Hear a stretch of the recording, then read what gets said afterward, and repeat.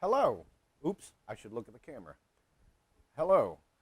I am talking more about these hologram fans due to some questions from a couple of YouTube users and one of the Halloween forums I'm in. They both asked about doing a kind of a DIY for how to get the software or your own content on there. So this fan is running a bunch of atmosphere effects files that I converted, and this fan was a green screen download I found on YouTube and did some modification to and editing to get rid of the green screen. So I'm going to shut these fans off, and here I'm going to show you how to get the software running and configured. Each of the fans came with a micro SD card and a little micro SD to USB reader. I'll show you in the small fan, which is this one with the single arm, 224 pixels. Their software looked like this: the 3DS player and a video tutorial. So there's some videos showing you how to do it. That's how I learned to do it, but I'm going to put these both all together in here. So to install the software, I just copied it, I did a shortcut on the desktop to this file. And the same with the large fan over here has this media record.exe file. Pretty simple. So for the first fan, the small one, I am going to use this video. It's an atmosphere effect.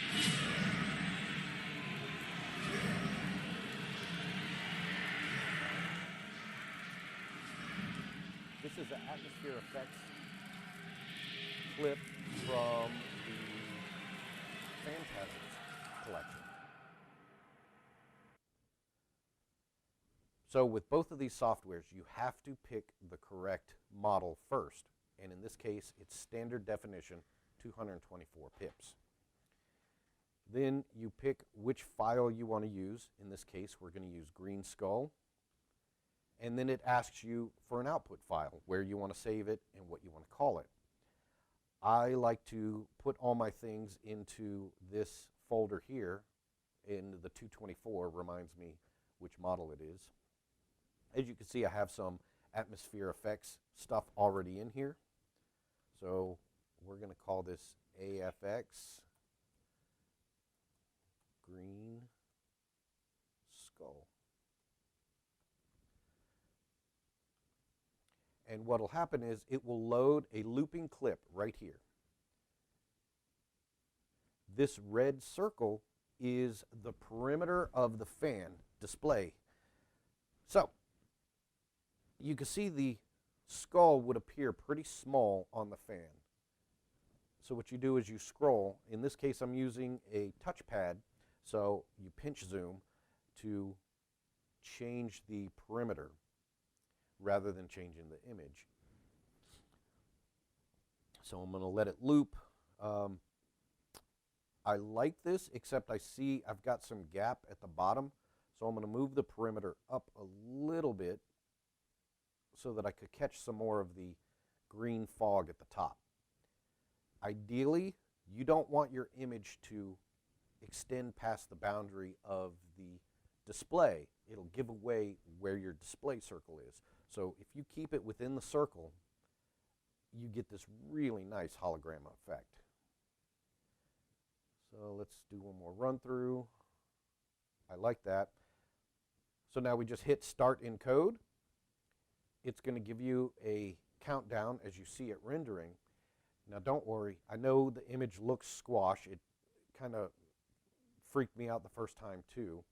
You can move this screen, but as soon as you let go, it jumps right back to its small version.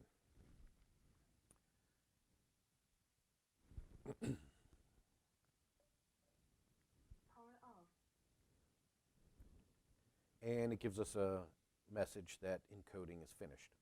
And that's it. Now I would just go into where I saved it. And there it is, green skull. Let's move that onto a memory card.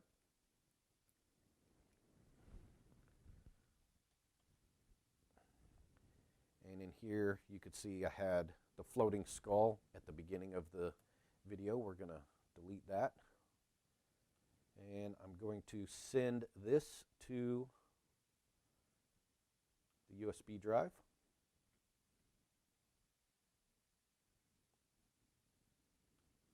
And there it is, AFX green skull binary. I assume that's what it means. I don't actually know. Load the memory card, and we'll turn it on.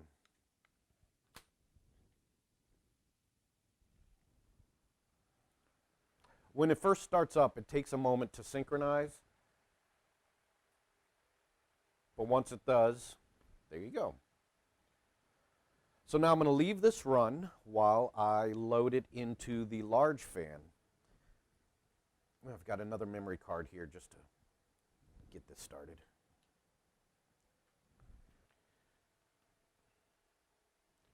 So here's the second software for the large fan.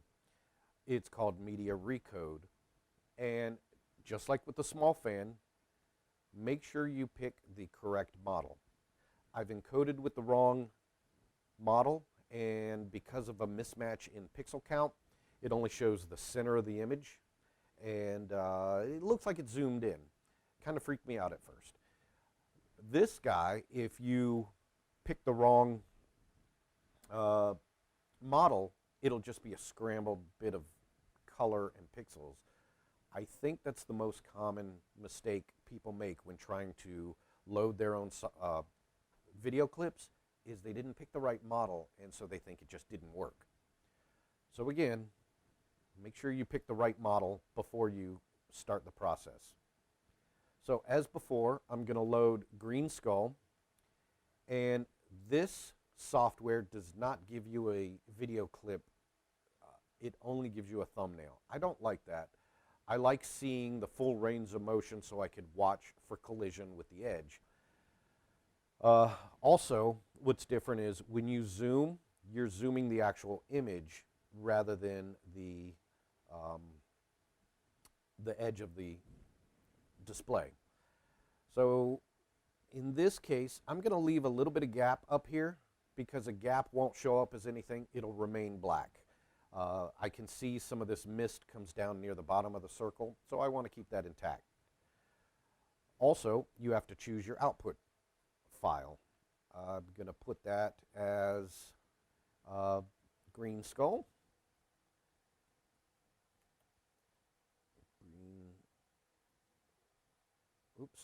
Skull normal. Now, I left some green skull big and small. I'm going to load those onto this fan so you can see the difference if you don't zoom it correctly, if you zoom it too much, how it'll show the circle, or if you just leave it default where it's the little character in the big circle, what it'll look like on the fan. But I'm calling this one normal because it'll display, I think, normally. Now you'll see once you hit transform, this one encodes much faster. And that's it for this. Also, what I think is interesting is you can play these files, and they have the audio with them and everything. As you can see, it encodes it into a square format, and so this is good to look at to make sure you've got no collision with the perimeter. Okay, so let's see what's on the other USB drive.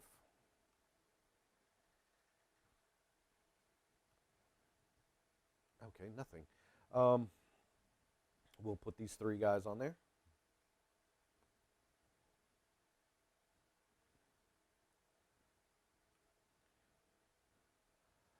And so these have audio, and what I'm going to do is turn on a Bluetooth receiver because this will synchronize with the with the display here.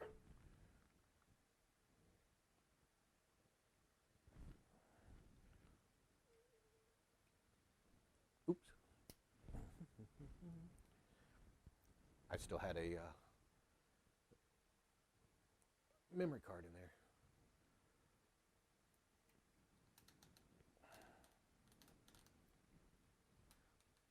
All right, so we'll turn this guy on. I don't know which order these are going to display, so it.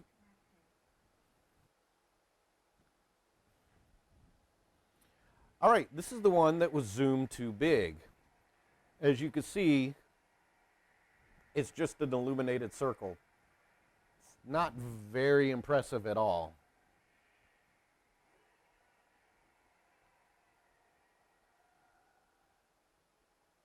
Yeah, that disappearance was kind of cool. So let's see, the next one might be small.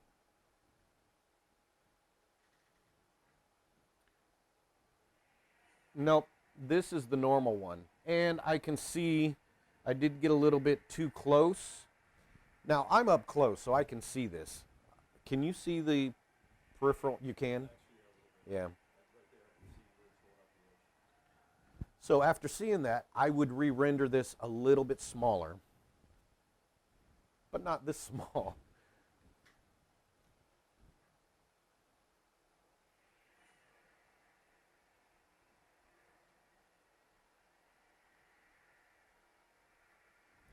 So that gives you an idea, I hope, of how easy this stuff is to convert. Literally, you open the software that comes with each fan, you bring in the file, you resize it appropriately, and then you hit transform or convert or something similar, because I'm sure yours would be a bit different. Let me turn these guys off. And I got these fans off of Amazon, both of them actually. And I'm sure if you look on eBay or AliExpress, you could find them cheaper. I picked Amazon because I wanted to get them early enough to do some experimenting to see, because I didn't know how easy it would be to load video onto this. And that's basically everything. I hope that this was... Stop screwing around. I'm not. Didn't you turn it on? No, I don't have the remote. Yeah, I don't know. Anyway, I guess I could unplug it. Yeah. Just, So let me... Hey, Hello, Eric. Hi. I didn't record this. What is the... You totally stole this idea from Jazza. You mean that art channel that I really like? It was his video that gave you the idea to do this in the first place. Well, okay, I actually did find the fan because of him, and I saw the potential in Just it. remember to tell everyone. Thanks for watching. Oh, yes. Thanks for watching.